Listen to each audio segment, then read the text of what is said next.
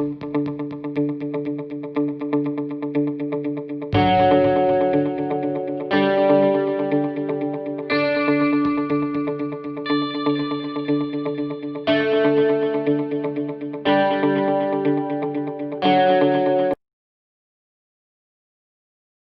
a apresentação, e depois eu deixo a palavra com você. Bom, boa noite a todos e a todas, né? Os amigos, os professores, e o agradecimento especial ao Osmar Parra, que vai arguir, que vai falar, né, no nosso seminário hoje, né, no Lapidando Ideias, número 5. O tema que ele vai explorar vai ser o controle do que e para quem, o sistema de controle externo brasileiro e sua relação com o momento atual, né? O Osmar, ele formou em Direito aqui na Faculdade, né, do Brejão, ele é especialista em auditoria, controladoria, perícia contábil, mas o principal, né, ele é um egresso, ele é um mestre aqui pelo nosso programa de planejamento e análise de política pública, que, né, um saudoso aluno, um saudoso amigo, né, que passou por aqui. Além disso, né, ele foi secretário de Assuntos Jurídicos, tem uma ampla biografia aqui, depois eu deixo ele à vontade para também falar, né. E ele é consultor técnico, né, da Secretaria de Política Urbana da Prefeitura de Belo Horizonte, não sei se ele ainda está nesse cargo, ele pode falar. Não, ele trabalha como auditor controle externo do Tribunal de Contas do Estado de São Paulo desde 2006, esse é o mais recente. Eu, então, deixo aqui o Osmar para fazer a sua fala, né, e já deixo aqui o meu muito obrigado, né. Boa noite a todos, a todas. Eu queria inicialmente agradecer ao Unesp, ao LAP, nas pessoas do professor Alexandre, do professor Aguinaldo Barbosa, a presença dos colegas de mestrado, do Lúcio, na pessoa do Lúcio, que está presente aí, e dos demais, né, eu queria, na pessoa da Patrícia e da Linda Saturi, Patrícia Nogueira e Linda Saturi, agradecer a presença dos demais colegas que estão participando, que estão presenciando essa exposição. Nós vamos falar, então, sobre os tribunais de contas brasileiros, né? O sistema de controle externo é composto, essencialmente, pelos tribunais de contas. Temos o Tribunal de Contas da União, os tribunais de contas dos estados e alguns tribunais de contas de municípios. A abordagem que a gente vai trabalhar é uma abordagem mais crítica do trabalho, do papel dos tribunais de contas.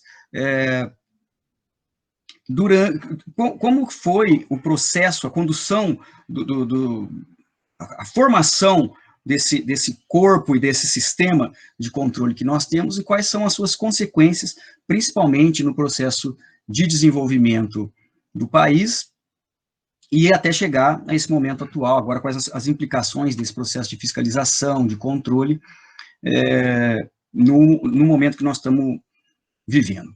Por isso que a gente usou esse tema, o tema da nossa dissertação, controle do que e para quem, né, e as implicações desse processo de controle no momento, na situação que nós estamos vivendo hoje. A gente está focando, então, na situação do país a partir de 2016, questão fundamentalmente dessa crise econômica, política e social que nós estamos vivendo, né, com esse componente adicional aí, que é a crise de saúde pública. Mas, independentemente dessa crise de saúde pública, a gente já vivenciava um momento de crise bastante intenso, né? Nós vivenciávamos um momento de crise econômica, política e social bastante significativo. O aspecto que está pegando mais no momento, a questão da crise na saúde, ele também tem muita relação com o processo de desenvolvimento social, de desenvolvimento geral e de redução de desigualdades. Não a pandemia em si, mas a forma como nós a estamos enfrentando, a forma como nós estamos trabalhando com ela, como nós estamos vivenciando esse momento. E essa crise, ela tem contornos diferentes nos diversos países, né? A ideia de imprevisibilidade, na verdade, ela não se sustenta totalmente, né? Em 2014, o presidente dos Estados Unidos, Barack Obama, afirmou numa manifestação, num discurso, que muito provavelmente nós vivenciaríamos um momento de uma doença transmissível pelo ar, mortífera, uma nova estirpe de gripe, provavelmente, como a espanhola citou especificamente isso, e que poderia aparecer em 5 ou 10 anos, quer dizer, 5 anos é o prazo mínimo que ele previu, que é exatamente quando aconteceu, em 2019. E ele colocou naquele momento que era necessário que nós tivéssemos, que nós criássemos uma infraestrutura a nível mundial para lidar com esse tipo de problema, que nós começássemos a criar uma estrutura para lidar com esse tipo de problema, porque numa época de globalização, em que as pessoas conseguem atravessar o mundo em um dia, é essencial nos prepararmos para uma coisa dessa que ele usou essa expressão, sabemos que vai acontecer. Então, nós não temos dúvida de que os países orientais, né, a China, a Coreia, eles se prepararam muito mais para esse momento, para essa análise, levaram muito mais a sério esse tipo de análise, que eles também estavam fazendo, do que nós, do que outros países ocidentais, em especial também os Estados Unidos, né? Isso é só uma digressão inicial, mas assim, entrando diretamente no nosso tema agora, acho que todo mundo deve estar por dentro disso, mas os tribunais de contas são os órgãos que fazem a fiscalização do poder executivo, do poder legislativo, das entidades todas dos governos, né, da União, dos estados, dos municípios. E, historicamente, existem registros de sistema de controle desde 3.200 a.C. Foi os primeiros registros no Egito Antigo. Então, esses sistemas sempre estiveram associados, estiveram alinhados com a defesa de classes dominantes, né, com a defesa dos interesses das classes dominantes, elas que têm interesse em estruturar sistemas de controle. Nós vamos falar muito rapidamente sobre a questão histórica, mas o modelo atual, de um sistema separado da administração, ele surge na Revolução Francesa, sob o argumento de que era necessário um controle do Estado em benefício da sociedade. Mas o que ele reflete, na verdade, era uma apreensão liberal de controlar o Estado, de modo a garantir o interesse dessa nova classe dominante que surgia, a alta burguesia, né? E naquele momento, inclusive, houve uma mudança do locus dessa estrutura de fiscalização, que ela sempre estava associada ao poder executivo e passou a se localizar, então, no poder legislativo, de modo a controlar com maior independência, né, o poder executivo. Mas o objetivo mesmo era esse, era garantir que o Estado preservasse, se mantivesse no controle da sociedade, mas em benefício do modo de produção que estava se estabelecendo, né, a partir do mercantilismo. Com o Estado moderno, com o advento do Estado moderno e do modo de produção capitalista, vem a necessidade, quer dizer, o Estado moderno vem da necessidade desse modo de produção ter um aparato apartado da classe dominante para fazer esse controle, né? Até então, enquanto a gente via nos modos de produção anteriores, servilismo, escravagismo, a produção era mais simples, mais simplificada. E o Estado era representado pela própria classe dominante, né, pela monarquia. Com o advento do mercantilismo, da burguesia, do capitalismo, isso muda, e essa classe dominante, ela precisa de um aparato apartado para fazer o controle dessas demandas e tal. Por exemplo, as relações entre empregados e patrões não podem ser controladas por cada um deles individualmente, elas precisam de ser controladas por uma estrutura externa. Então, o Estado vem justamente para, esse modelo de Estado vem justamente para garantir o modo de produção.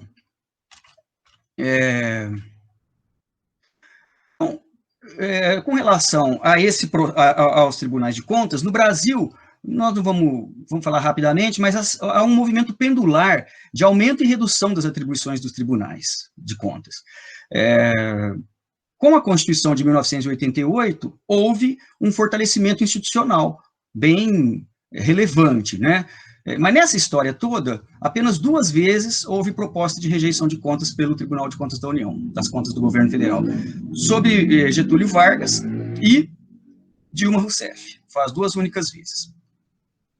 Com a Constituição de 88, então, foram identificados 2 problemas centrais, né? Ela trata de 2 problemas centrais do país, a questão do subdesenvolvimento e a questão das desigualdades. E a superação disso depende de um projeto nacional que congregue as instituições, envolva as instituições num processo que convirja para o ataque a esses 2 pontos centrais, o subdesenvolvimento, o desenvolvimento nacional, né, promover o desenvolvimento nacional e reduzir a desigualdade, atacar a questão da desigualdade.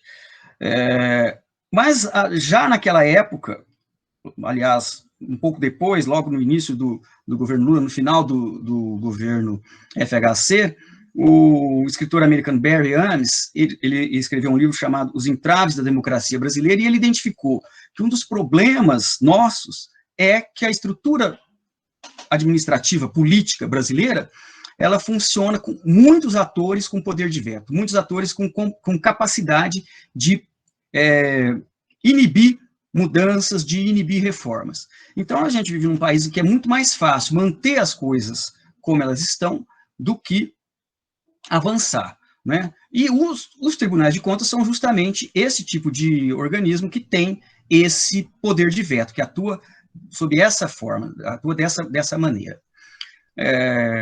Nesse processo, em 1989, acontece o chamado Consenso de Washington, né, que é uma imposição norte-americana. São reunidos ali em novembro de 89 representantes do governo, do FMI, do BID, nos Estados Unidos, e são apresentadas 10 medidas que evidenciariam a disciplina que os países deveriam adotar, as regras que os países deveriam seguir para obter financiamentos internacionais. Fundamentalmente, essas medidas envolvem disciplina fiscal, evitando eliminar déficit público,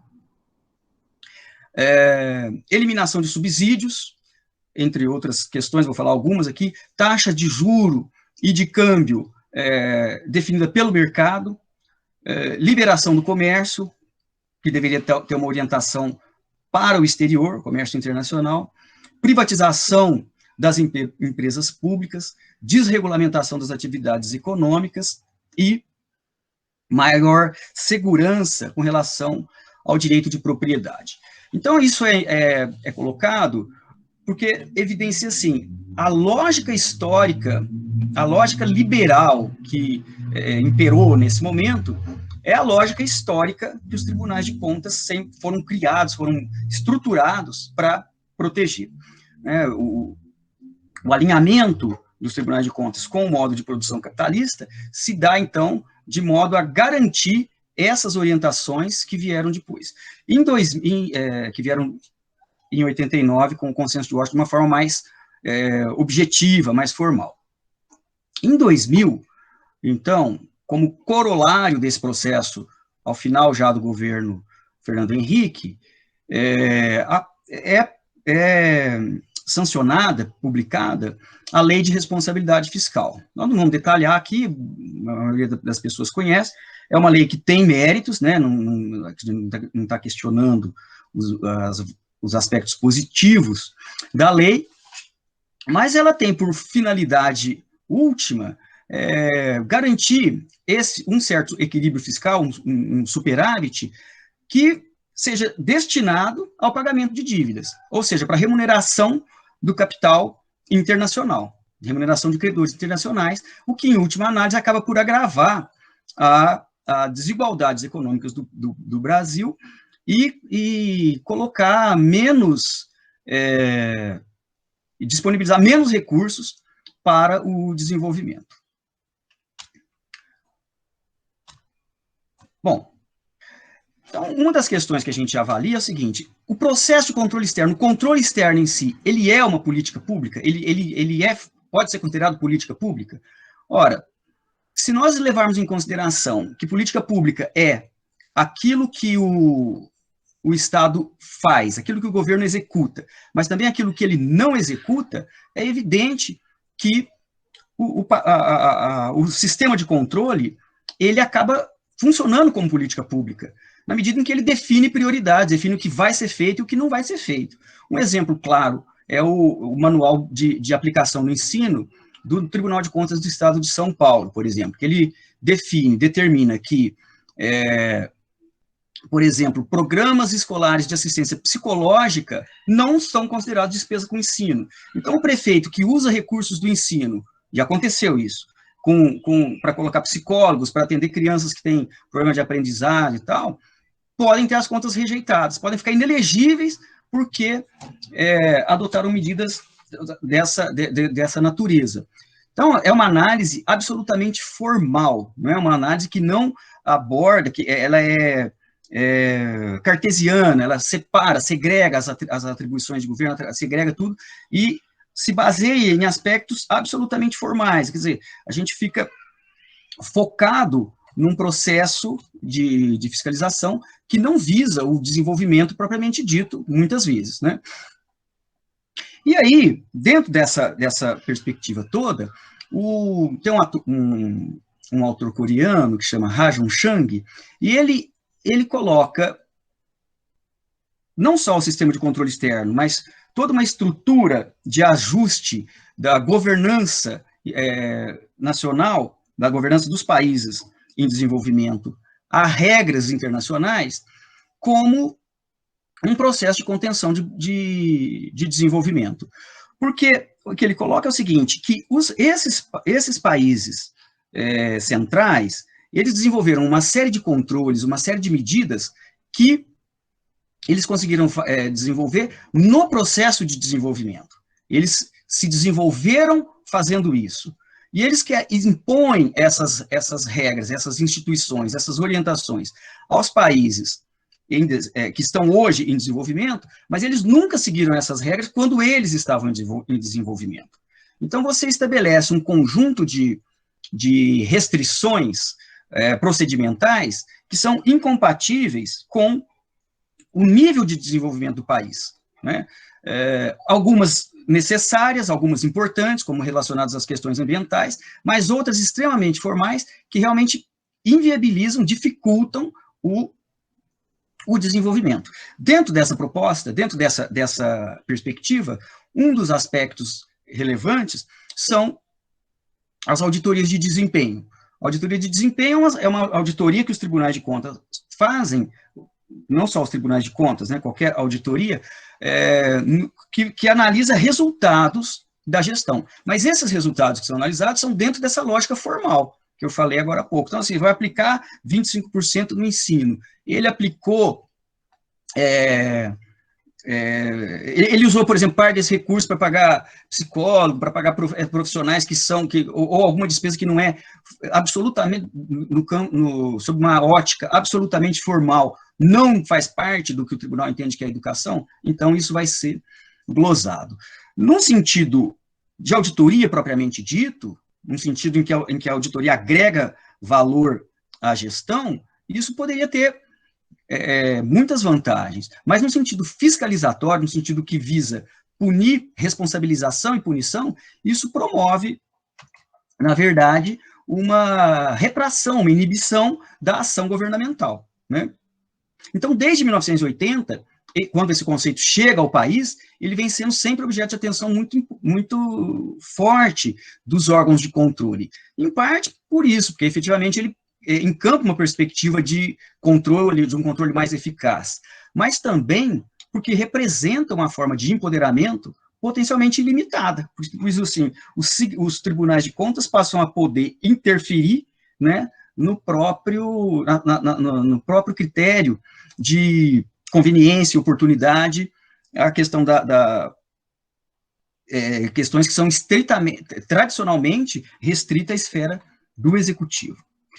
E esse processo de ajuste dos tribunais de contas às diretrizes internacionais tem vários exemplos, assim, isso foi todo conduzido por esses organismos internacionais, né? Assim, alguns exemplos, em 1985, houve um treinamento ministrado pela Auditoria Geral dos Estados Unidos, pelas auditorias gerais também do Canadá e da Grã-Bretanha, aos auditores do TCU, né? E esse é o início do processo. De 90 a 91, foram capacitados vários servidores do TCU, Tribunais de Contas dos Estados, dos municípios, em cursos de auditoria operacional, né? Foram feitas fiscalizações por esse mesmo órgão, pelo GAO, que é a Auditoria Geral dos Estados Unidos. Em 96, o TCU também firmou um acordo com o Sistema de Informações Gerenciais dos Estados Unidos, com a Universidade Estadual de Virgínia e com a Academia Nacional de Administração Pública dos Estados Unidos. Essa capacitação foi realizada em Washington, com participação de vários órgãos dos governos, de governos americanos e britânico e canadense. Então, assim, há um ajuste, há um acoplamento, né, uma orientação, um acoplamento desses órgãos de fiscalização nacional a orientações internacionais. Então, eu falei até 96, em 2000 vem a Lei de Responsabilidade Fiscal, e em 2002, o governo federal contrata, junto à FEA-USP, um estudo para desenvolver um plano estratégico com o objetivo de fazer adequação, fazer uma implantação adequada da Lei de Responsabilidade Fiscal pelos tribunais de contas, né, do Brasil. Em 2003, aí já no governo do Lula, inicia-se um projeto de modernização do Tribunal de Contas da União com financiamento do BID, né, com financiamento do BID para elevar a capacidade de fiscalização das ações desenvolvidas pelo Tribunal de Contas da União. Então, é interessante que, assim, todo esse processo de fortalecimento institucional dessa burocracia dos tribunais de contas, desse sistema de controle, ele é preparado no governo que tinha uma orientação mais liberal mesmo, do Fernando Henrique, mas vem a ser implementado efetivamente no governo do Partido dos Trabalhadores, no governo do Lula. E em 2005, é assinado um contrato de 64 milhões entre o BID e o governo brasileiro, que se chama Promoex, que tem por finalidade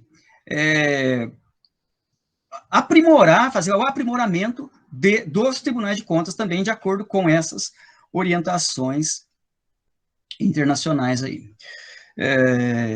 Bom, aí, esse trabalho que nós desenvolvemos, ele começou com uma percepção, assim, do planejamento estratégico do Tribunal de Contas, no qual eu trabalho, do Tribunal de Contas do Estado de São Paulo.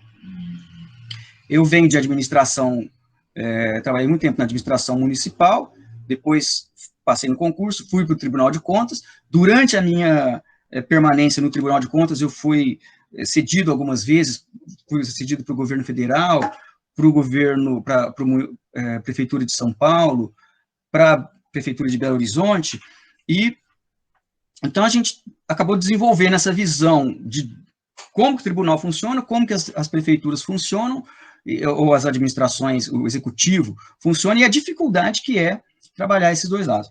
Agora, a grande questão que a gente identificou foi assim, que a missão do Tribunal de Contas, dentro de uma lógica de planejamento estratégico, um dos instrumentos que é usado é o chamado mapa estratégico. É como se fosse uma identificação, uma carta de apresentação da personalidade do órgão, né?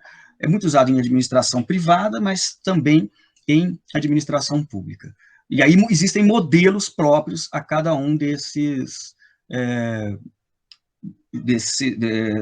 existem modelos mais apropriados para a administração pública e modelos mais indicados para as empresas, né? Então, a missão do Tribunal de Contas no planejamento estratégico que era apresentado estava relacionado ao aprimoramento, à melhoria da administração pública. E a visão do Tribunal de Contas, ou seja, como é que ele via essa missão realizada alguns anos depois, estava relacionado com o reconhecimento do próprio Tribunal de Contas. Ora, se a sua visão é a melhoria da administração pública, a melhoria das condições que a administração pública, de como a administração pública funciona, a tua visão teria que estar associado à melhoria dessa administração pública, e não ao reconhecimento do próprio ente que fiscaliza, né? Então, aí foi onde a gente desenvolveu essa pesquisa. Nós, no Brasil, são 34 tribunais de contas, nós pesquisamos os 34, desses 31 apresentaram mapas estratégicos, só 3 estavam desatualizados, eram mapas de períodos anteriores, e 28 mapas atualizados. E o que é importante, que evidencia uma influência, uma interferência internacional nesse processo, é a identidade de procedimentos, né? Então, todos esses tribunais de conta, todos que fizeram o planejamento, os 31, adotaram o mesmo método, que se chama BSC, ou Balanced Scorecard. É um modelo para negócios privados, é um modelo simplificado para empresas, né? E aí, a gente, trabalhando com a ferramenta de análise do discurso, nós identificamos alguns elementos muito tipificadores dessa intervenção, né? E algumas omissões também, que tipificam, assim, a interferência de interesses, a interferência de uma orientação internacional no processo. Então, a primeira coisa é tratar a questão do controle, o sistema de controle, como um negócio, né? Então, o controle, o sistema de controle, o processo de controle, o processo de fiscalização é um negócio. O que nós fazemos é um negócio. A sociedade, ela é tratada como clientela, né? Veja, e num negócio, a clientela é aquela que traz o lucro para você. O teu lucro vai para o dono do negócio, não vai para o teu cliente, né? Então, esse é um elemento, e aí o elemento lucro, ou aquilo que se representaria o elemento lucro, ele não é apresentado, né? O dono do negócio, quem são os sócios? Isso não é apresentado. Só o cliente, o negócio e o resultado. O resultado também não é visto como benefícios propriamente dito, mas sim como produtos e serviços, né? Ou seja, o combate à corrupção. Esse é o produto e serviço que o Tribunal de Contas oferece. O combate à corrupção é como se fosse uma relação de consumo, né? A parte do lucro, propriamente dito, não é evidenciada. Então, merece, assim, acho que é importante destacar o fato de que todos os tribunais de contas, eles apresentaram o mesmo modelo de planejamento, né? Um modelo próprio de iniciativa privada, sendo que existem vários outros modelos, esse modelo de Matos, do situacional, SISOP, existem vários outros. E de que essa metodologia, ela identifica a instituição pública como uma unidade de negócio, né? Uma unidade de negócio, o cidadão como se fosse um cliente, aquele de onde vem o resultado para a organização, né? Porque você tem uma empresa, o teu cliente é aquele que te dá o lucro, que dá as suas receitas, que dá o seu lucro, né? O cidadão não é identificado como sócio, aquele a quem é destinado o resultado do negócio, o lucro, né? E aí, nos mapas estratégicos, a gente identificou também que, assim, majoritariamente, as missões dos tribunais de contas, veja,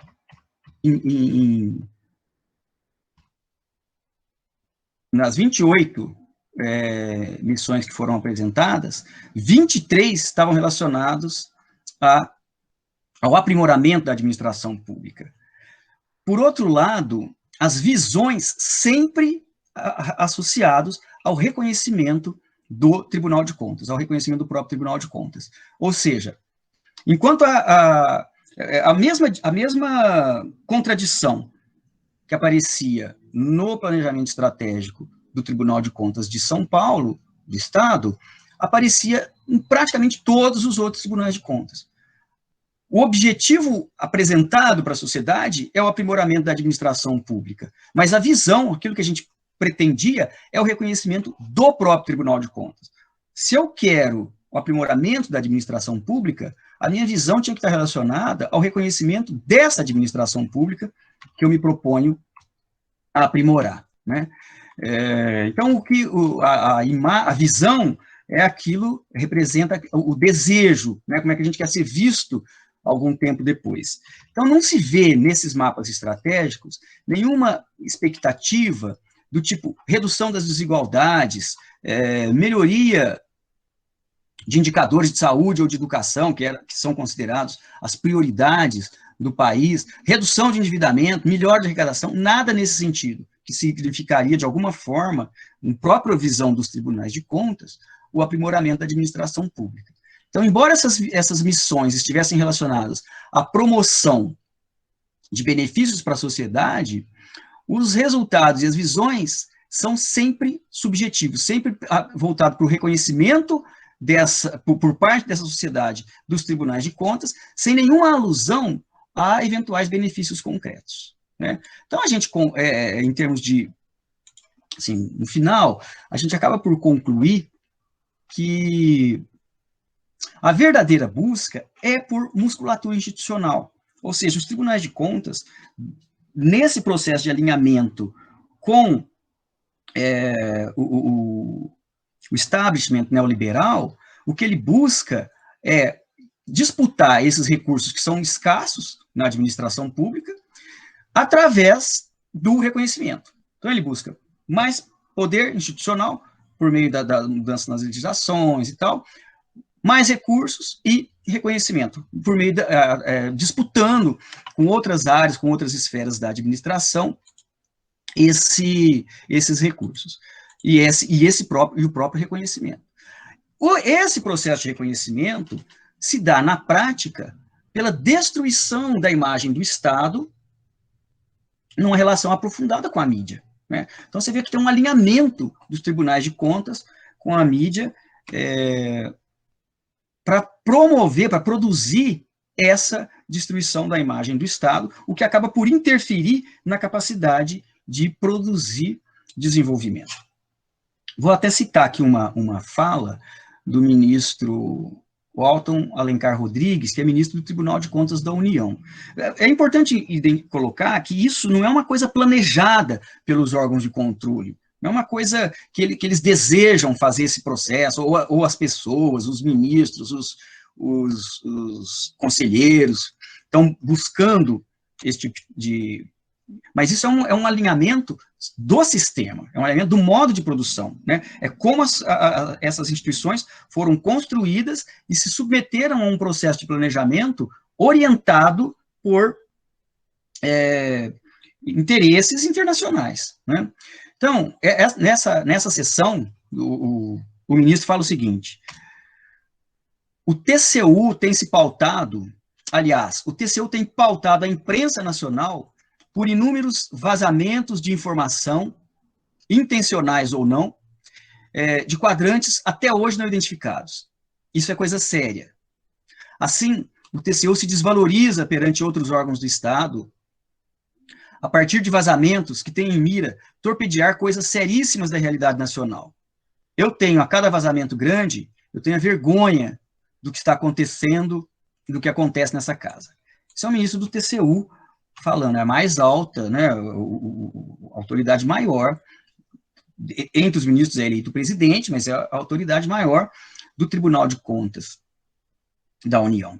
Então, ele evidencia aqui, né, do ponto de vista pessoal, esse resultado, que é um alinhamento do processo de desenvolvimento nacional à agenda neoliberal, com inibição de toda ação que possa produzir desenvolvimento pelo exercício do poder de veto. E por esse processo, esse veto, não só desenvolvido institucionalmente, mas também por meio desse mecanismo de vazar para a mídia, que então interfere, força a barra, né, e acaba por antecipar decisões. Porque quando uma decisão, quando um processo, quando uma situação é colocada na mídia, fica muito difícil para o órgão mudar essa orientação depois. Bom, aí nós temos, então, finalizando, 4 processos que acabam por acontecer nisso. O primeiro é o que a gente chama de poder sem responsabilidade. Né? O sistema fiscaliza e pune, mas a missão dele é aprimorar a administração. Todavia, ele não se sente responsável em nenhum momento pelos resultados. Ele não entende que os tribunais de contas não assumem, por exemplo, que o processo mesmo o aumento da corrupção, mesmo o processo que eles sobre os quais eles atuam diretamente, mais fortemente, tem qualquer responsabilidade deles. Não, isso acontece sem nenhuma participação direta. O segundo processo, esses processos estão todos muito interconectados, então esse poder sem responsabilidade. O segundo é a opção pela corrupção. Ora, a corrupção ela é galgada ao maior problema, a condição de maior problema do país. Né? Só que esse sistema, então, ele passa a viver da corrupção. Sem ter corrupção, esse sistema definha. Né? E aí, então, você cria uma sensação, uma percepção de corrupção permanente e não necessariamente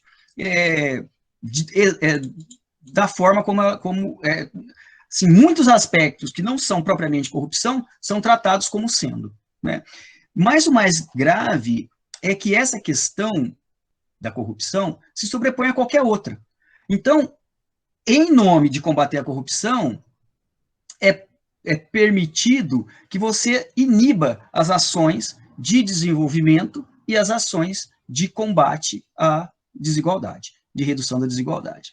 Então, é construído esse discurso segundo o qual o problema nacional é a corrupção. E somente o país só vai melhorar se houver um combate permanente a isso, tal. Isso, esse processo ocorre em cima das universidades, vocês lembram lá, não por uma ação específica do Tribunal de Contas, mas as ações sobre os reitores, né, Universidade de Santa Catarina, houve até o suicídio de um reitor por conta desse tipo de exposição, e depois viu-se que era uma pessoa honesta, não tinha nada, né. E aí o combate à corrupção, então, passa a justificar o subdesenvolvimento e a desigualdade. Porque qualquer ação que tenha, qualquer aparência de corrupção, ela tem que ser interrompida rapidamente.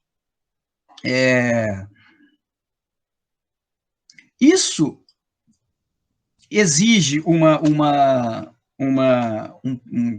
leva a um quarto processo, que é a invisibilidade das questões sociais. Ou seja, as questões sociais, elas têm que ser apagadas, as questões mais graves, a questão relacionada à desigualdade, a questão do subdesenvolvimento, ela tem que ser apagada das agendas para que essa questão da corrupção se sobreponha. E aí quem faz esse processo, então, por meio desse alinhamento dos tribunais de contas com a mídia. Aí tem vários exemplos em diversas áreas, né? Uma área importante é a área de mobilidade urbana, que houve recursos destinados a partir de 2014, final de 2013, 2014, 2015, 2016, mas várias obras de mobilidade paralisadas pelo Tribunal de Contas, várias licitações paralisadas, por algum indício, por algum aspecto formal, né? E aí você, assim, desconsidera a perda social de não ter a obra. Então, você não constrói um metrô. Mas por conta de que aquele metrô, aquela obra estaria correndo risco de ser executada com algum desvio, e depois, muitas vezes, vai se ver lá na frente, não havia, né, não tinha esse problema quando o processo é julgado e tal, ou eram alterações, era necessário alguma alteração, mas nada que justificasse paralisar a obra. Então, esse discurso que é trabalhado aí, é o que o Chomsky chama de simplificações radicais emocionalmente poderosas. Ou seja, você coloca uma questão assim, você é a favor da corrupção? É óbvio que ninguém é a favor da corrupção, né? Mas você não coloca questões como, olha, você vai perder uma linha de ônibus, você vai perder o metrô, você vai perder uma série de obras que podem melhorar a tua vida. Isso não é considerado, né, para a sociedade, essas questões não são levadas à consideração da sociedade nesse processo.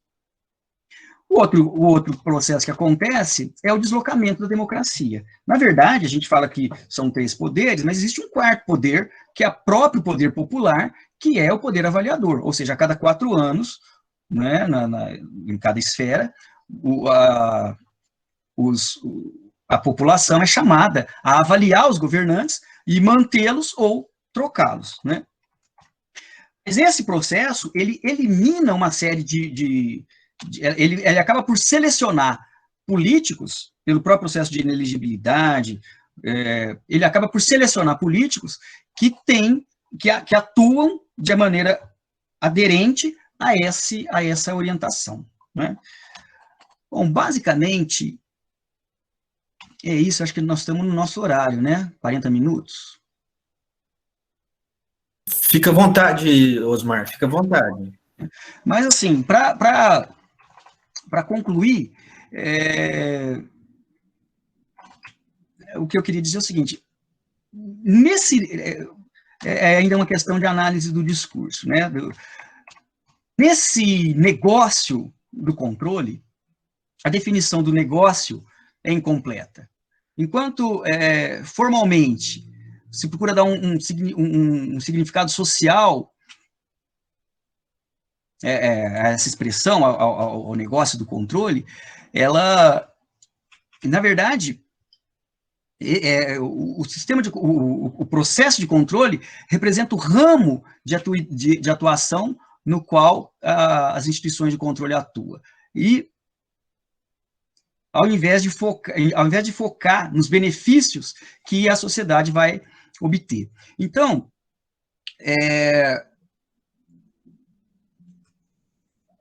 a grande questão é que os resultados finais, os beneficiários finais dessa ação, desse processo, eles não aparecem, né? Todo esse establishment, toda essa orientação internacional, todo esse establishment neoliberal que na verdade, conduz esse sistema, que conduz todo esse processo de planejamento, está por trás disso, e o papel da mídia também, eles ficam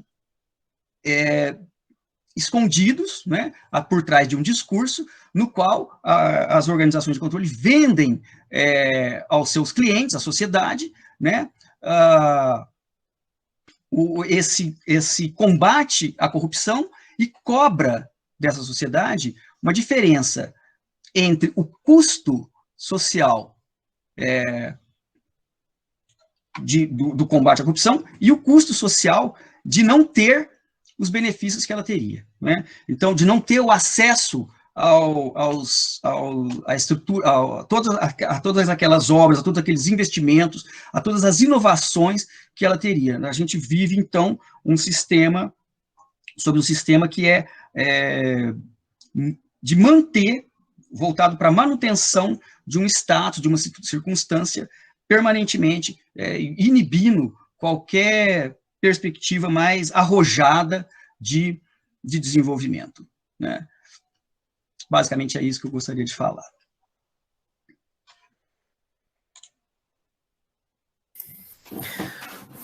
Muito bem, hein? Que joia. Parabéns, obrigado, Osmar. Obrigado mesmo.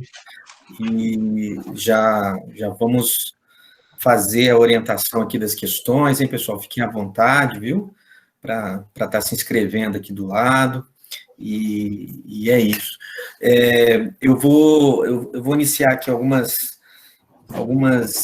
viagens aqui, e isso que você fala, Osmar, me deixa, assim, tudo que você fala é muito corajoso, né, muito poderoso, assim, é uma análise, é uma crítica muito contundente, né, e urgente, necessária, né, a gente já tinha, não é novidade para nós, que já tínhamos já verificado isso no âmbito do mestrado e tudo mais, né?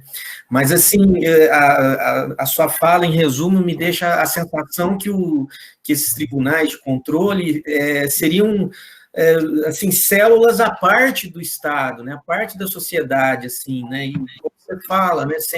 Sem uma missão aí bastante afinada com esse caráter de qual, né, com a finalidade da sociedade, qual sociedade queremos, qual o desenvolvimento queremos, né? E isso, para mim, é muito triste. Então, muitos pontos que você coloca ali, né, na questão de quando o Lula entra, ele que começa a organizar toda essa coisa da lei de responsabilidade e tudo mais, né? E o tanto que isso, assim, engessa as políticas, e, assim, engessa no sentido de criar medo, né? E eu dou um exemplo meu, né? Eu, quando fui diretor de uma autarquia lá em Bebedouro, o Aguinaldo sempre ri dessa história. Eu fiquei ali na direção um pouco mais de 8 meses e até hoje, né, as contas, eu recebi da promotoria uma carta recentemente que eu tenho que responder sobre aquele período e tal, né?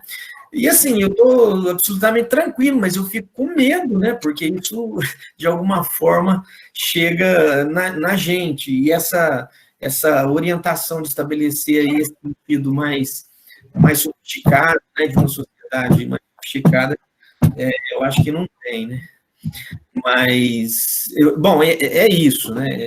É isso. E, assim, se eu tivesse alguma pergunta, eu queria que você comentasse um pouco desse papel dos tribunais, Osmar, com essa sombra da Lava Jato aí, né? Que muitas vezes se ocupou de, como você falou, né? De informações, de vazamento e tudo mais. Mas, enfim, isso aí depois você pode ir comentando também, né? Então, está aberto aqui, pessoal, a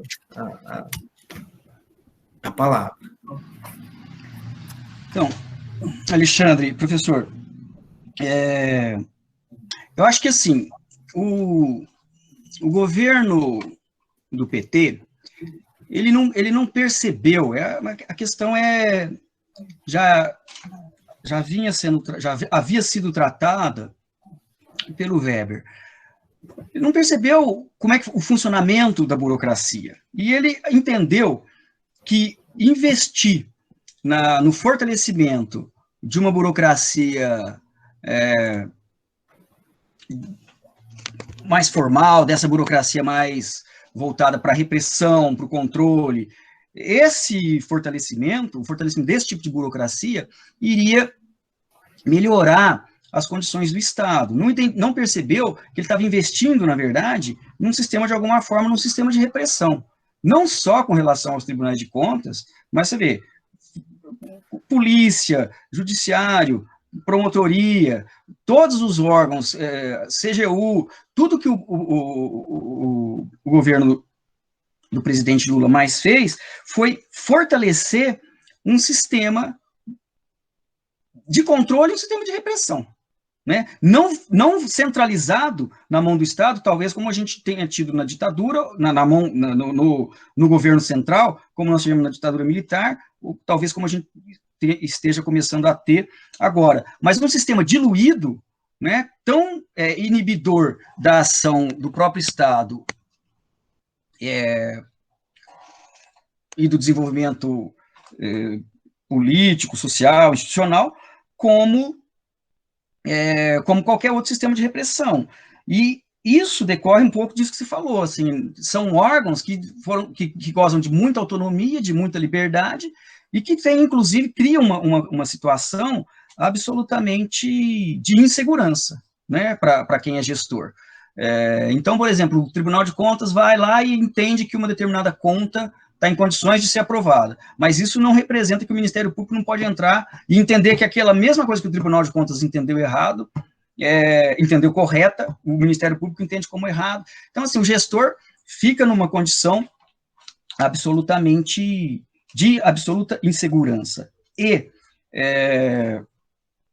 a consequência é a produção desse receio, desse medo generalizado entre gestores, administradores, servidores públicos, né, de se conduzir diante de qualquer possibilidade de inovação, e acaba por provocar também uma seleção adversa, porque você gradativamente vai tendo um afastamento de pessoas que zelam pelo seu nome, que têm receio de... Né, porque, por exemplo, um prefeito sai de uma administração, aí caem sobre ele lá 20 processos no Tribunal de Contas, 10 processos na promotoria e tal. Suponhamos que ele não tenha nada errado, ganhe todos. Mesmo tendo coisas, tendo tudo certo, ele pode perder.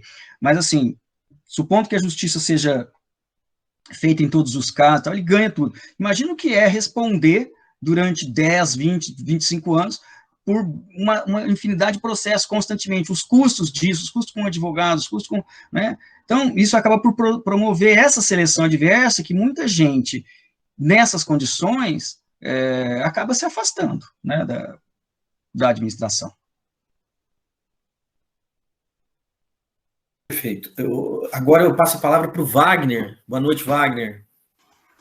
Boa noite a todos, professor. Obrigado pela palestra. Eu queria fazer, na verdade, eram 2 perguntas. Tá? A primeira me surgiu agora com a sua última fala, e no começo da sua palestra você criticou a formalização de alguns procedimentos que são adotados, que, na verdade, quando você vai aplicar ele na prática, eles se tornam procedimentos, eu não estou encontrando outra palavra, é um procedimento burro que só atende à formalidade, não atende ao objetivo final da entidade como um todo. Você deu o exemplo, me parece, do psicólogo na educação, né? Mas esse tipo de... Eu concordo com o senhor que realmente não deveria haver procedimentos tão fechados assim, mas ele não vem para tentar dar um respaldo a justamente esse medo de ser um administrador, porque quando você objetiva as variáveis, ela fica fácil de você falar se está dentro ou fora da atuação correta ou não. Essa é a primeira coisa que eu queria falar. E como lidar com isso entre a liberdade de você ter variáveis abertas para o administrador e, ao mesmo tempo, um controle que a cada órgão institucional, que tem vários, ou o Ministério Público, ou o próprio Tribunal de Contas, podem interpretar de maneira diferente. Como que a gente pode juntar essas 2 variáveis? Para mim, elas são contrapostas.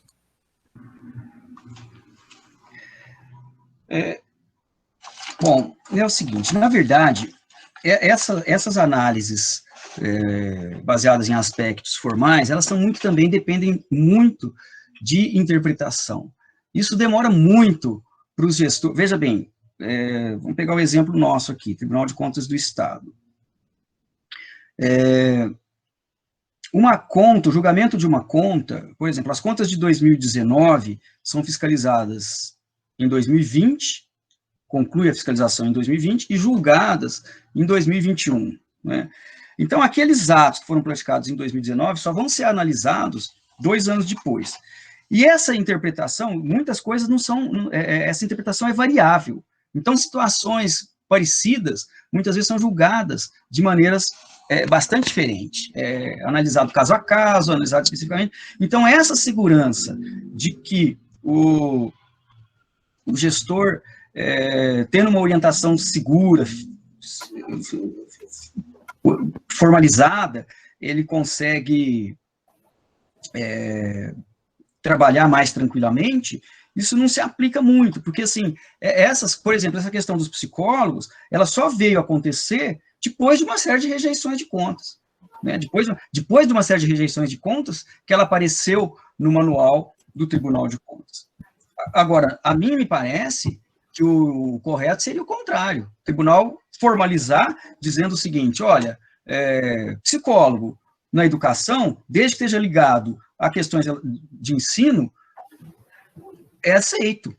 E aí, se você tem alguma irregularidade formal na terminologia do cargo, né, não distingue o que é um psicólogo de saúde do que é um psicólogo da educação e tal. Isso tem que ser relevado, porque, na verdade, qual que é o objetivo? Veja bem, esse é um exemplo importante, porque no momento em que a gente tem hoje praticamente 32 anos, né, vamos fazer em outubro agora, 32 anos de Constituição Federal, em que foi definida essa questão de aplicação no ensino, 25%.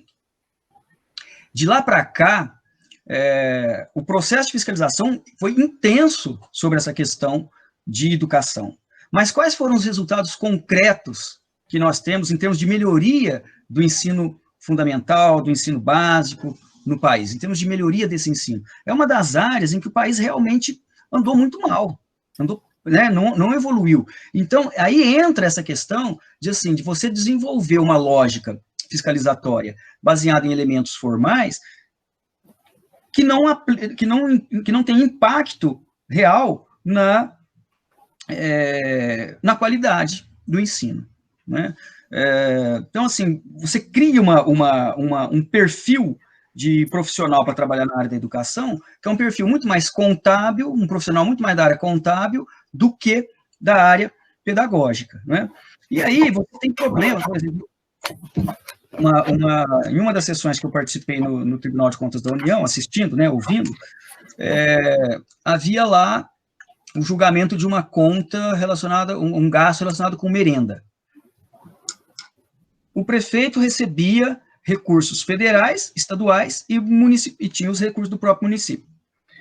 E ele aplicou, era inclusive de São Paulo, ele aplicou de acordo com as orientações do Tribunal de Contas do Estado de São Paulo. Mas as orientações do Tribunal de Contas da União eram diferentes. E aí as contas dele foram rejeitadas, tal, até foi penalizado e tudo, por conta, no caso do TCU, qualquer tipo de rejeição, inclusive de prestação de contas de convênio, de coisa assim, pode implicar em inelegibilidade, diferente do Tribunal de Contas do Estado, quando é um convênio, um contrato, não implica em inelegibilidade, só quando são as contas anuais. Então, assim, uma pessoa corre o risco de ficar inelegível porque agiu de acordo com o órgão estadual e não de acordo com o órgão federal. Agora, esses recursos, eles não são... não dá para você separar totalmente. Você, vou aplicar o da União desse jeito. É complexo isso, porque são muitas verbas, muitos recursos, muita coisa para ser executada. E, assim, a capacidade de acompanhamento desses órgãos, principalmente municípios pequenos, ela é pequena. O município não tem uma estrutura jurídica, uma estrutura que acompanha as orientações mais recentes da jurisprudência dos tribunais de contas, tal, né? Franca, por exemplo, tivemos um problema há um tempo atrás aí, na Câmara. O Tribunal de Contas entendia que vereadores podiam ter reajuste dos subsídios desde que não fossem superiores à inflação e nem ao reajuste dos servidores normais. Por lei e tal, faziam lá, tinha que aprovar normalmente, mas tinha que obedecer esses dois parâmetros. Isso foi sendo julgado várias vezes, né, considerado regular e tal. Daí um tempo, a promotoria entendeu que não, que eles tinham que fixar o subsídio para uma legislatura e ficar os 4 anos com aquele valor fixo. Depois de vários julgamentos, né? Isso foi para a justiça e o judiciário entendeu que deu ganho de causa para o Ministério Público, ou seja, tiveram que devolver dinheiro, essas coisas e tal. Assim, na verdade, você não existe um procedimento, uma estrutura, uma normatização que permita que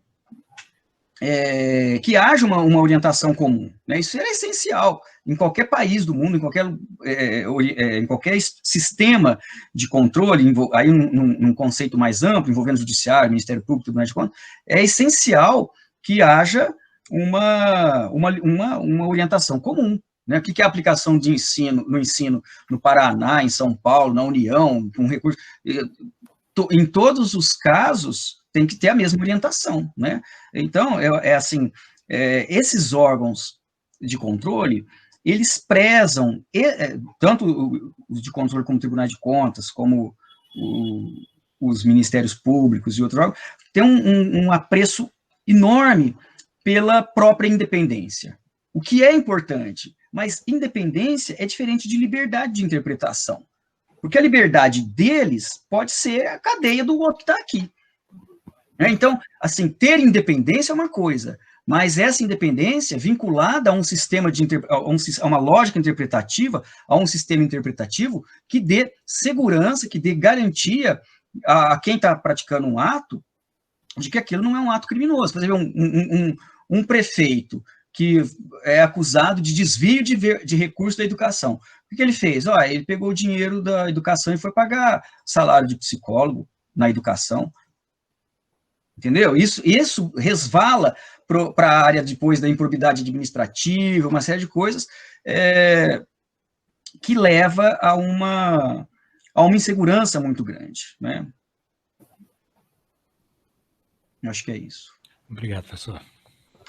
Obrigado, Wagner. Eu peço desculpa ao Ricardo. O Ricardo já tinha falado lá em cima que queria fazer uma pergunta. Por favor, Ricardo, sinta-se à vontade. Obrigado, Alexandre. Boa noite a todos. Parabéns, Osmar. Foi ótimo te escutar hoje à noite. Achei uma abordagem até não costumeira, né? A gente não costuma ouvir falar dos tribunais de contas como órgãos que, na verdade, podem acabar sendo, como você muito bem nos explicou, um impedimento para o avanço do desenvolvimento, né? E eu me pergunto se aquela tua análise de todos os tribunais do país, onde você viu que a grande maioria estava estruturada em cima dos Balance Scorecards, né, se eu me lembro bem daquilo que você explicou, e que isso tinha origem numa espécie de aprendizado que tinha ocorrido tempos atrás com tribunais ou órgãos análogos dos Estados Unidos, da Grã-Bretanha, do Canadá.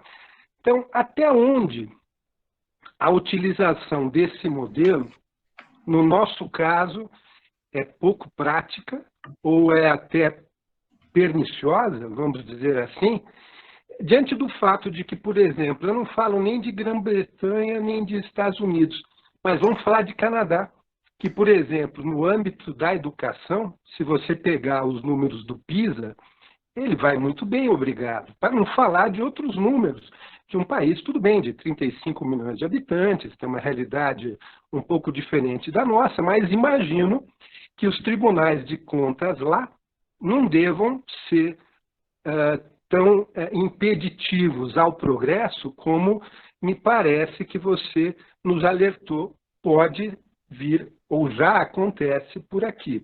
Então, eu gostaria de entender por que dá certo numa outra realidade, na nossa não dá, e o que você vislumbraria, em poucas palavras, se possível, o que é que teria que mudar para funcionar, então?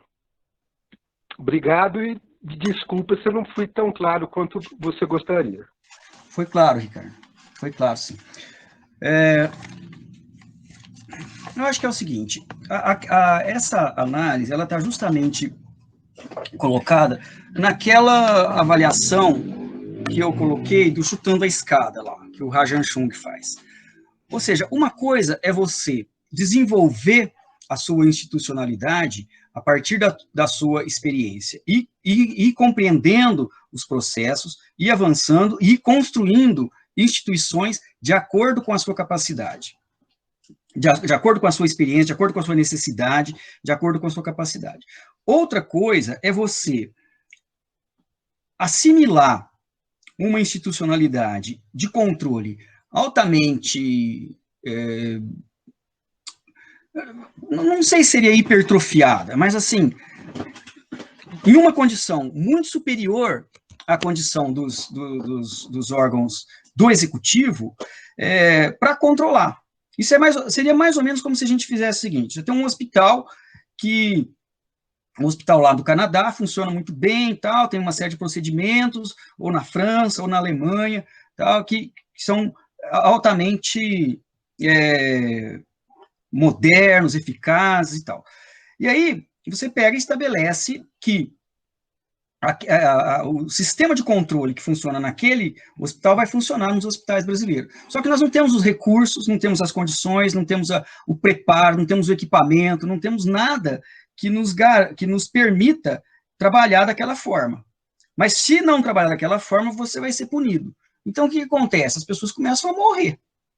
Porque a atuação do nosso sistema não está preparado para aquele nível de controle. Né? Então, assim, que é o que ele fala, esses países todos não trabalharam, não se desenvolveram com um sistema de controle tão rigoroso. Você tem elementos, questões como a questão ambiental, por exemplo, que a gente não pode realmente abrir mão de uma fiscalização mais rigorosa, não pode destruir porque os outros destruíram, nós não podemos também destruir o nosso. Mas existe, assim, a necessidade de que a musculatura institucional dessas instituições de controle sejam compatíveis com a capacidade de gestão que existe aqui. Né? Então, você coloca, sem querer desprezar ou denegrir, mas, assim, a qualificação técnica dos servidores do Tribunal de Contas, do nosso Tribunal de Contas, por exemplo, do Estado de São Paulo, na média, ela é superior à das prefeituras que a gente fiscaliza. Agora, o maior problema do país não está nesses desvios, está na falta de orientação técnica da administração pública. O maior problema do país, não. Um dos maiores problemas da administração pública está na falta de capacidade técnica, de recursos, de orientação. Não é? E uma das questões que a gente aborda, não deu tempo de falar durante a apresentação, mas é justamente assim, a gente teria uma necessidade muito maior na fase de desenvolvimento que nós estamos, de orientação técnica, de que uma diretriz punitiva. Porque as pessoas muitas vezes não sabem fazer, não têm instrumentos, não têm instrumento de planejamento, não têm instrumento de análise, não têm capacidade para fazer essa avaliação, né? Então, eu acho que o que precisaria de mudar é isso. Por exemplo, um exemplo assim interessante: o Tribunal de Contas do Ceará, ele foi criado como uma agência de orientação técnica. Houve, meados dos anos 1900, 1950, 1960, a percepção de que, assim, as administrações públicas demandavam muito uma orientação técnica centralizada, forte, estruturada e tal. E lá eles começaram a trabalhar assim, né? Fizeram isso, depois transformou o Tribunal de Contas, essa agência de orientação técnica, em um Tribunal de Contas. Por quê? Porque do ponto de vista do próprio órgão, da própria burocracia, é muito melhor. Né? Do ponto de vista da burocracia, é muito melhor você não ter responsabilidade nenhuma sobre o resultado do outro, que você fiscaliza. Mas do ponto de vista de uma lógica administrativa, seria necessário que, se 30 anos depois de começar a fiscalizar, os resultados numa determinada área são pífios, ora, por que essa fiscalização também não é responsabilizada, também não tem, não assume a sua parte nos resultados que estão acontecendo? Então, eu acho que, assim, e também tem uma questão de modelo, né? A maioria dos países do mundo, inclusive o Canadá, funciona não com um modelo de Tribunal de Contas, mas com um modelo de auditoria geral, que é um modelo que vai lá, faz auditoria, mas não pune. Ele, se houver necessidade de punição, vai para o próprio Ministério Público entrar com a ação que tem que entrar. A França tem o sistema dela lá de contencioso administrativo. Então, existem países que têm um modelo como o nosso, mas a maioria dos países desenvolvidos não tem um modelo semelhante ao nosso de Tribunal de Contas, né, com esse viés que o próprio órgão pune. Bem, muito bem, obrigado, Osmar, obrigado, Ricardo, obrigado. Agora, eu tenho aqui no chat, o Bruno Matheus, ele fez uma questão, e você quer falar, Bruno, ou quer que eu leia aqui? O que você prefere?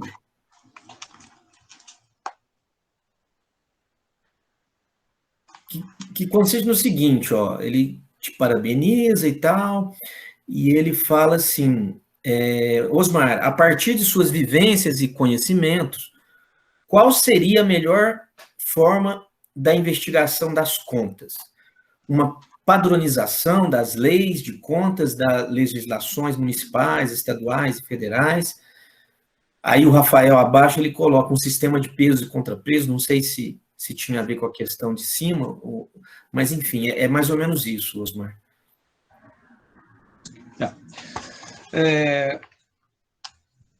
Bom, o que eu acho que precisa de haver é o reconhecimento de que a corrupção é um problema sério do país, ela deve ser combatida, ela deve ser trabalhada e tal, mas, assim, existem outros problemas que também estão na ordem do dia, que são mais prementes do que a questão da corrupção, e que os tribunais de contas e os tribunais de contas, o Ministério Público, o Judiciário, deveriam se debruçar também sobre essas questões, né? Não só focar na questão da corrupção, não olhar esse aspecto como suficiente para você paralisar uma obra, por exemplo, com um indício de sobrepreço que depois lá na frente vai se verificar que não teve. Né? Existe, por exemplo,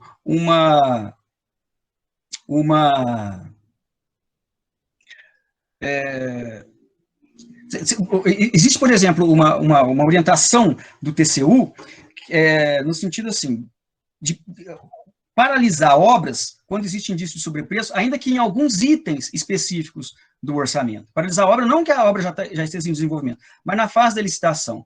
Veja, às vezes você tem, então, um orçamento de 1 milhão para uma obra, e eles analisam, falam que tem erro, tal, paralisa a licitação, 7, 8 meses depois, você reformulou o orçamento, apresenta de novo, essa obra vai para 1 milhão e 100. Não tem problema, porque os itens que eles colocaram que tinham sobrepreço, você corrigiu, mas tinha outros itens que tinham subpreço e corrigiu também, aumentou uns, diminuiu outros. Quer dizer, isso não traz uma contribuição para o desenvolvimento. Era muito mais interessante falar, ó, corrige isso aqui e dá continuidade na licitação, de imediato. Né? Então, assim, existe um cálculo também que se faz com relação ao que se chama de custo de não fruição e custo de paralisação de uma obra. Quando uma obra é paralisada, ela se deteriora, né? Ela se perde. Você faz uma terraplanagem para fazer uma ferrovia. Aí você vai lá e paralisa a ferrovia. Você tem que ficar mantendo aquela terraplanagem, aquele processo todo, durante meses, né, até que a obra seja retomada, se ela vier a ser retomada. Né? Nós tivemos, por exemplo, um caso em São Paulo, que o tribunal, eram recursos da Caixa Federal para fazer um anel viário, um corredor de ônibus. O Tribunal de Contas da União entendeu que fez uma medição lá e entendeu que o aço que estava sendo colocado na obra tinha sumido uma parte. Né? Depois, na apuração, e aí paralisou a obra. Depois, na apuração, identificou-se o seguinte, que parte do aço tinha sido lançado, parte do aço não tinha sido lançado, mas estava no canteiro de obra, ainda não tinha sido lançado. Né? Havia sido pago aquele aço, porque é uma questão meio técnica, né? Mas vamos tentar resumir aqui. Vamos supor, a prefeitura pagou lá 1.000 toneladas de aço, e eles foram analisar o quanto que tinha nas fundações lá, que tinham sido executadas, tinha só 500 toneladas, né? 500 mil quilos. Então, ó, tem superfaturamento aqui e tal. Mas o aço era medido separado do lançamento. Então, o aço já estava no canteiro de obras, a empresa já havia comprado, já tinha entregue, estava o aço lá. Quando paralisou, o que aconteceu? Toda essa estrutura de aço que estava...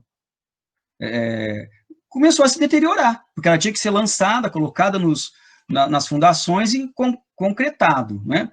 Então, aí depois percebe esse tipo de coisa, retoma a obra. Mas durante 6 meses, 1 ano aí, você tem uma degradação e você tem um custo alto, que é o custo de não fruição. Quer dizer, um corredor de ônibus que fica 2 anos, 1 ano, 2 anos sem rodar, esse período que ele fica sem rodar, que ele fica paralisado, que ele é adiado, isso tem um custo para a população.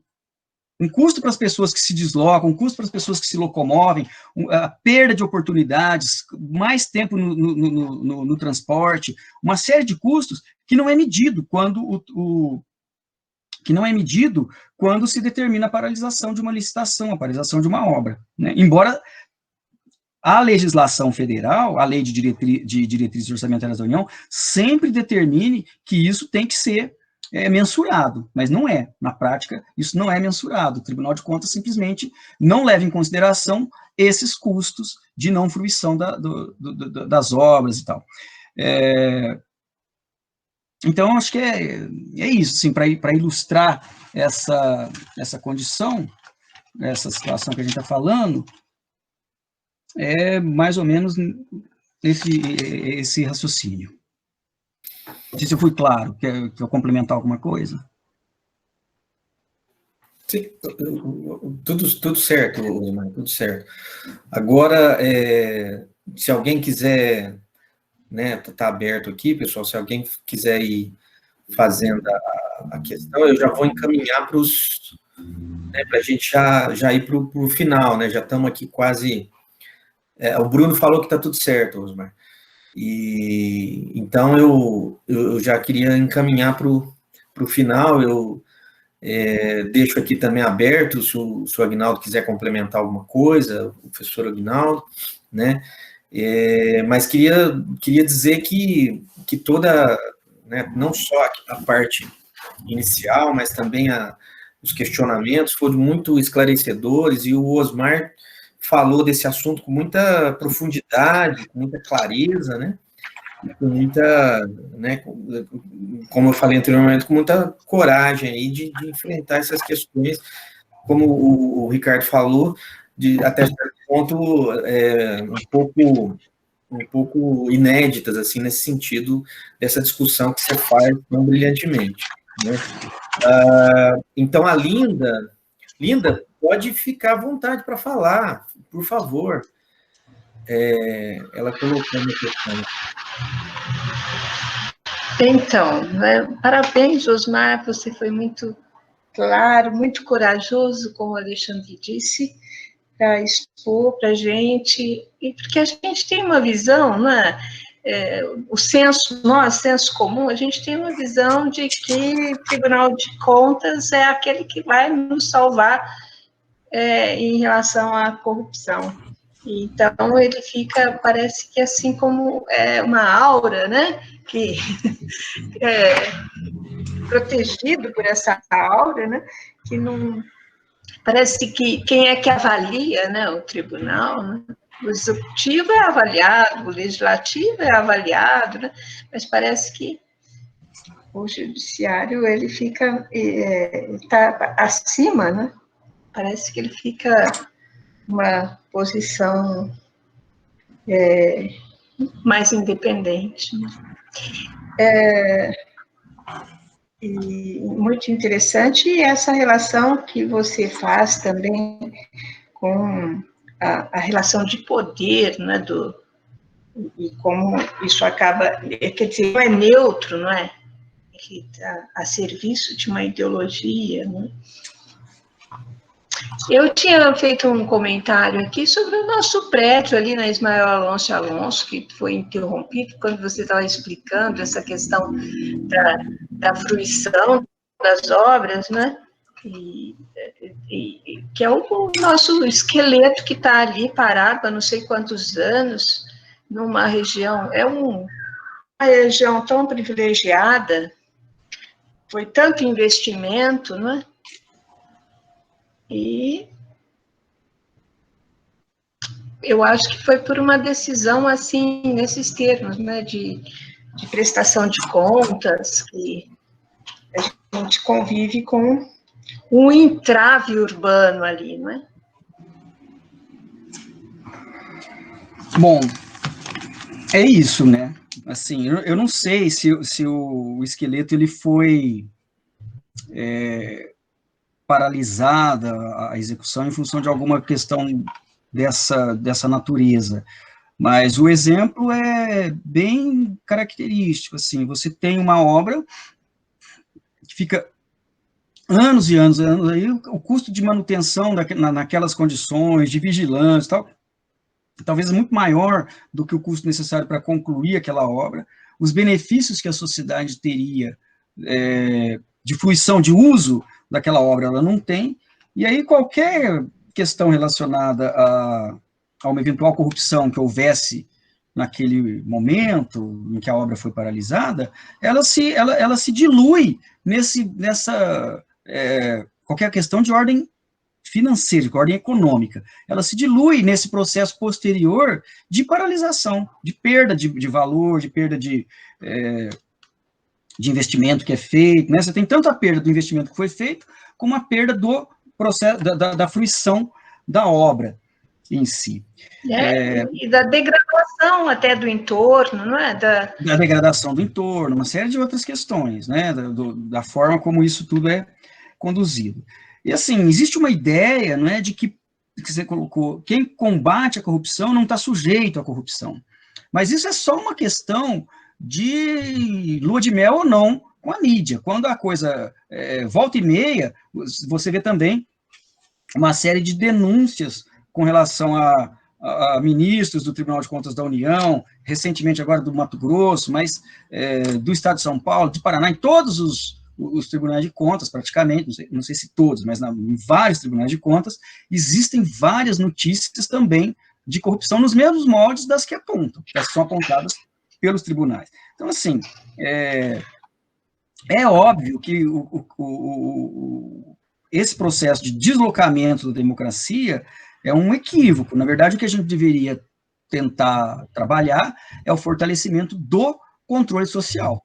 Né? Esse é o mecanismo por meio do qual você consegue melhores instituições. O que a gente tem feito? A gente constrói o judiciário. Aí, para fiscalizar o judiciário, tem o Conselho Nacional de Justiça. Para fiscalizar o Ministério Público, tem o Conselho, para controlar, tá? O Conselho Nacional do Ministério Público. Depois, os tribunais de contas querem criar também o Conselho Nacional dos Tribunais de Contas. E aí, talvez a gente tenha que criar depois um Conselho Nacional dos Conselhos Nacionais, para fiscalizar os conselhos. Quer dizer, a partir do momento que você tem uma estrutura de controle, ela não tem que ser controlada por uma outra estrutura de controle. O que precisa é de fortalecer o controle social mais direto, né? Ou seja, basicamente, essas instituições todas deveriam apresentar resultados concretos, e não apenas resultados formais, não apenas quantos processos julgamos, quantas pessoas punimos, quantas multas demos e tal. Olha, o país está melhorando em educação, graças ao trabalho dos tribunais de contas que tem feito isso, tem orientado nesse sentido e tal, tal. O país está conseguindo concluir obras, o país está conseguindo avançar no desenvolvimento, o país está conseguindo reduzir desigualdade, né? Os municípios, o Estado, num determinado Estado, a fiscalização está dando resultado na redução da desigualdade, no outro Estado, a fiscalização está dando resultado no aprimoramento do parque industrial, no aprimoramento da administração pública e tal, mas o que a gente vê é sempre o contrário, não é? Sempre a administração pública, o Estado, indiretamente, a administração pública diretamente, o Estado indiretamente, sendo colocado como um ator incapaz de executar suas tarefas, de ser eficiente e tal, o que vem justificar, né, uma série de privatizações, uma série de processos de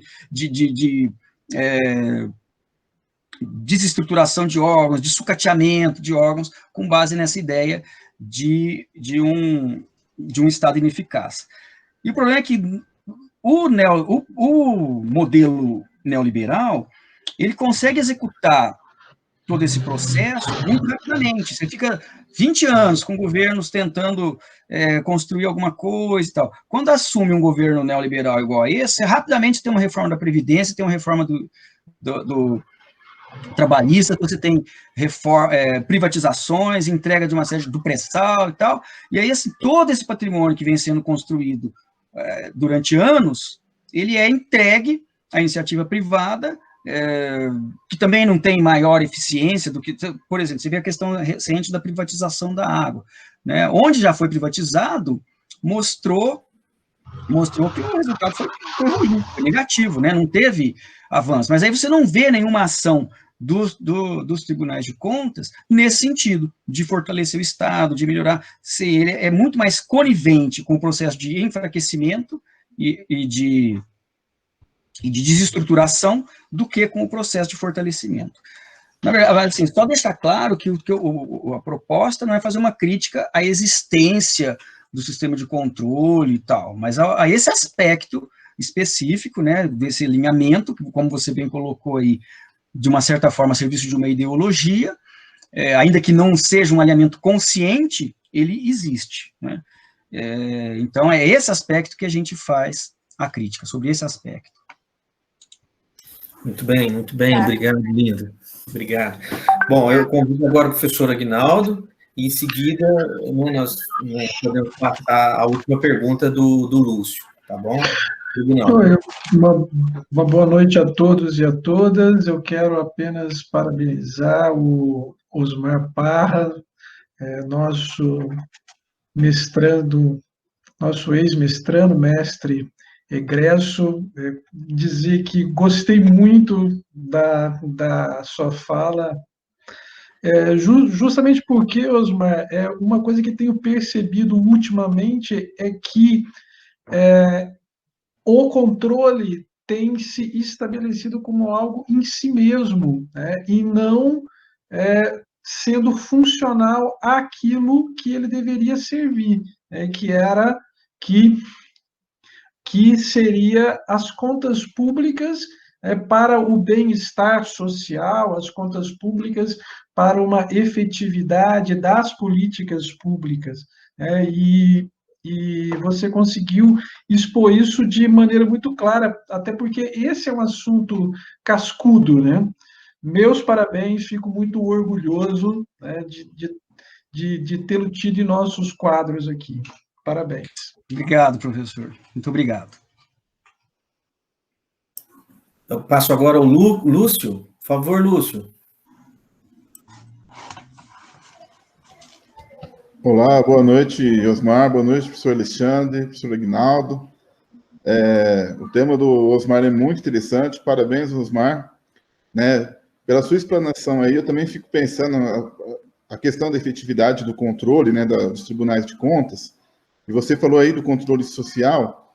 O que eu gostaria de perguntar para você é o seguinte: esse controle social mais participativo, qual que você acha que seria o melhor modelo? O presencial, tipo nas câmaras municipais, em plenários, assim, de repente, Secretaria da Educação, algo assim, ou virtual, através de consulta pública? E uma outra pergunta: como simplificar mais ainda para as pessoas entenderem as contas públicas? Também, que a gente ouve muito isso das pessoas, que talvez um contador, um economista, um gestor público, né, um administrador financeiro, saberia entender melhor, né, quando vê ali, né, o que é divulgado nas contas. São essas perguntas. Obrigado. Obrigado, Lúcio. Eu acho que nós estamos muito atrasados nesse processo de controle social, né? Na verdade, a segunda questão que você colocou, eu vou responder antes, porque eu acho que ela precede a primeira, no sentido da lógica.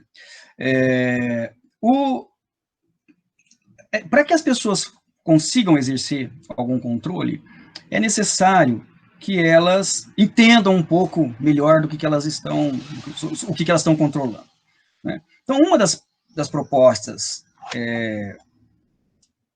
que tem que ser desenvolvida é a proposta de uma contabilidade cidadã.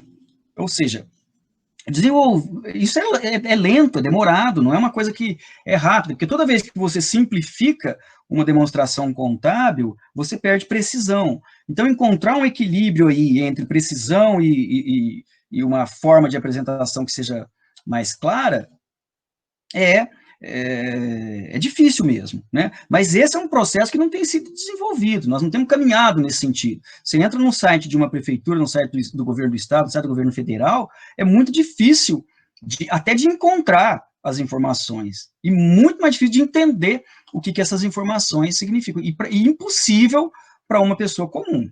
Não estou falando uma pessoa simples, uma pessoa comum que não seja daquela área, uma pessoa com formação universitária, que tenha inteligente, competente, alfabetizada, bem alfabetizada, que saiba uma série que tenha um conhecimento elevado em assuntos normais, em assuntos comuns, ela não consegue entender uma prestação de contas da área pública. Então, esse é um processo que tem que ser reformulado, nós temos que construir isso, nós temos que recuperar esse processo de fortalecimento da democracia, e acho que isso se iniciaria com uma lógica, assim, no horizonte, ela é praticamente, no horizonte que nós temos hoje, ela é praticamente impossível, que é uma lógica, assim, de desempoderamento, ou seja, esses órgãos, Ministério Público, Tribunal de Contas, órgãos de controle em geral, né, o próprio judiciário e tal, teriam que apresentar uma prestação de contas, independente das consequências no curto prazo disso, não estou falando aqui para punir, para fazer, né, mas teriam que apresentar uma prestação de contas de resultados. Nós não podemos ter um Ministério Público que trabalha com vistas à redução da criminalidade, que a única coisa que ele propõe é aumento de pena, né? E a criminalidade aumentando. Quer dizer, qual é o objetivo? É prender gente? Né? Qual é o objetivo do Tribunal de Contas? É punir? É multar? Esse que é o objetivo? Essa que é a finalidade do Tribunal de Contas? Ou é melhorar as condições da administração? Então, se a missão do tribunal é aprimorar a administração, ele tem que prestar contas desse aprimoramento. Nós temos muito tempo, depois da Constituição de 88, para que esse aprimoramento viesse ocorrendo. Sob diversos aspectos, ele ocorreu, mas sempre relacionado ao próprio processo de prestação de contas, às próprias questões de ordem formal, né? Do ponto de vista da melhoria das condições de atenção, de atendimento das demandas sociais, principalmente em termos comparativos do Brasil com outros países, no campo da educação, no campo do desenvolvimento, no campo do desenvolvimento industrial, da complexidade econômica, uma série de coisas. Quer dizer, nós avançamos muito pouco. Ultimamente, a gente até regrediu em termos comparativos, né? Então, eu acho que esse processo, assim, tem que ser aprimorado, essa questão do controle social tem que ser aprimorado. Isso começa também, exige também uma revisão dessas instâncias de controle. Você não pode ter instância de Estado controlando outras não estou falando dos tribunais de contas, mas assim, esses conselhos e tal, quer dizer, você cria um conselho para fiscalizar o órgão que já é um órgão de fiscalização, né, ou que já é um órgão de controle. Isso não faz sentido, né, não me parece fazer sentido. Você tem o legislativo que tem a função de fiscalizar os outros demais órgãos, né? Você não precisava de criar uma estrutura de controle que se feche em si mesmo, né? Por exemplo, a lógica do Tribunal de Contas, na minha opinião, ela tem que ser revista. O Tribunal de Contas fiscaliza, a fiscalização é feita pelos agentes do Tribunal de Contas, o Ministério Público é do Tribunal de Contas, o julgamento é do Tribunal de Contas, o recurso é feito no próprio Tribunal de Contas, entre os próprios pares ali, quer dizer, não é um outro órgão, não é, por exemplo, assim, você tem um Tribunal de Contas do Estado, você recorre para o Tribunal de Contas da União. Não, você recorre para o mesmo Tribunal de Contas. As mesmas 7 pessoas que estão ali, o relator, a pessoa que deu a sentença, participa do julgamento de segunda instância. Quer dizer, isso não faz muito sentido do ponto de vista de uma institucionalidade que se pretende isenta, que se pretende, né, capaz de aprofundar isso. Agora, com relação à forma, então, eu acho que ela é uma questão assim, eu acho que os dois mecanismos são importantes. controle social, tanto presencial quanto à distância, os dois mecanismos são importantes, porque quando você faz isso virtualmente, você disponibiliza informações para que as pessoas analisem com mais tempo e tal, mas aquele debate também nas câmaras também é importante. Agora, isso não é o fundamental, eu acho, nesse momento, definir essa forma em si, mas sim definir a disponibilização das informações, a maneira de prestação de contas e construir um processo de fortalecimento do controle social de médio prazo, né? Nós não temos uma resposta clara e imediata para isso, mas acho que precisa de começar a construir isso, recuperar isso, e nisso, cara, eu acho que as universidades têm um papel importante, né? Porque elas, como órgãos propositivos de uma nova visão de sociedade. Eu acho que a universidade perdeu um pouco isso e deveria retomar. É um caminho que eu acho que levaria a um movimento interessante nesse sentido. Muito bem, Osmar, obrigado, Lúcio. E já encaminhando para o final, eu queria só reiterar aqui a fala, né, no chat aqui do Alexandre Pise, né, que falou aqui que ele, enfim, de certa forma defende a atuação, o Tribunal de Contas e outros órgãos fiscalizadores, né, dizendo que é muito importante a sua manutenção e tal, para o sistema democrático, e te parabeniza, né, e elogia aqui todo o conteúdo.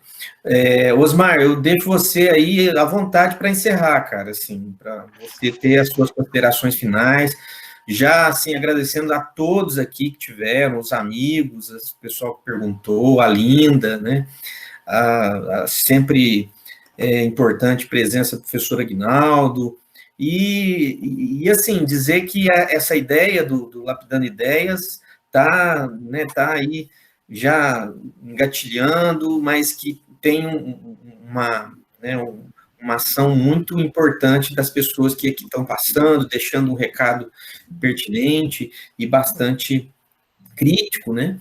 Então, assim, eu estou muito orgulhoso de estar fazendo parte desse processo e estou muito feliz também pela sua visita. Então, né, já agradeço e deixo para você finalizar, né, esse dia, esse seminário que você fez. Bom, muito obrigado, professor. Eu vou finalizar dizendo o seguinte, então, na realidade, a gente reconhece, é óbvio, a importância do sistema de controle, né? Todos os países do mundo têm sistemas de controle, tem ou tribunais de contas, ou auditorias gerais, ou algum sistema híbrido, algum sistema semelhante a esse, mas é necessário, é óbvio que é necessário a fiscalização. O modelo brasileiro é um modelo que eu particularmente não acho que é o melhor, mas também não é esse o problema central, não é o modelo em si que é o problema central. Agora, apesar dele ser necessário de prestar um serviço importante para a comunidade, existe um espaço para o aprofundamento, para o aprimoramento, que é justamente nesse sentido de ajudar a administração a cumprir a própria missão que ele se propõe a cumprir. Ou seja, aprimorar a administração e focar não só a questão da corrupção, mas também ser rigoroso nas questões essenciais que são a redução de desigualdade e o desenvolvimento, né? E acho que essa ideia, um processo de debate que está sendo colocado aqui por meio do Lapidando Ideias, é justamente isso que é importante, isso que é um movimento importante nesse processo. Eu acho que é uma das funções que eu acabo de me referir, que a universidade não tem cumprido, como já cumpriu antes, na propositura, no debate, na discussão. Eu acho que daqui saem sugestões, saem possibilidades, isso pode ser aprimorado, aprofundado, e é um caminho. Vocês estão de parabéns pelo trabalho que está sendo desenvolvido. Também estou muito orgulhoso, muito satisfeito de estar participando aqui. Obrigado mesmo, Osmar. Então eu encerro aqui, agradeço novamente, né? Tenham uma boa noite, se cuidem, como o professor falou na primeira edição, né? Por uma vida não fascista, sigamos aí esse lema tão importante, né? Um abraço a todos, né? Muito obrigado. Tchau, tchau. Até logo. Até a próxima. Obrigado. Tchau, tchau. Um abraço. É isso.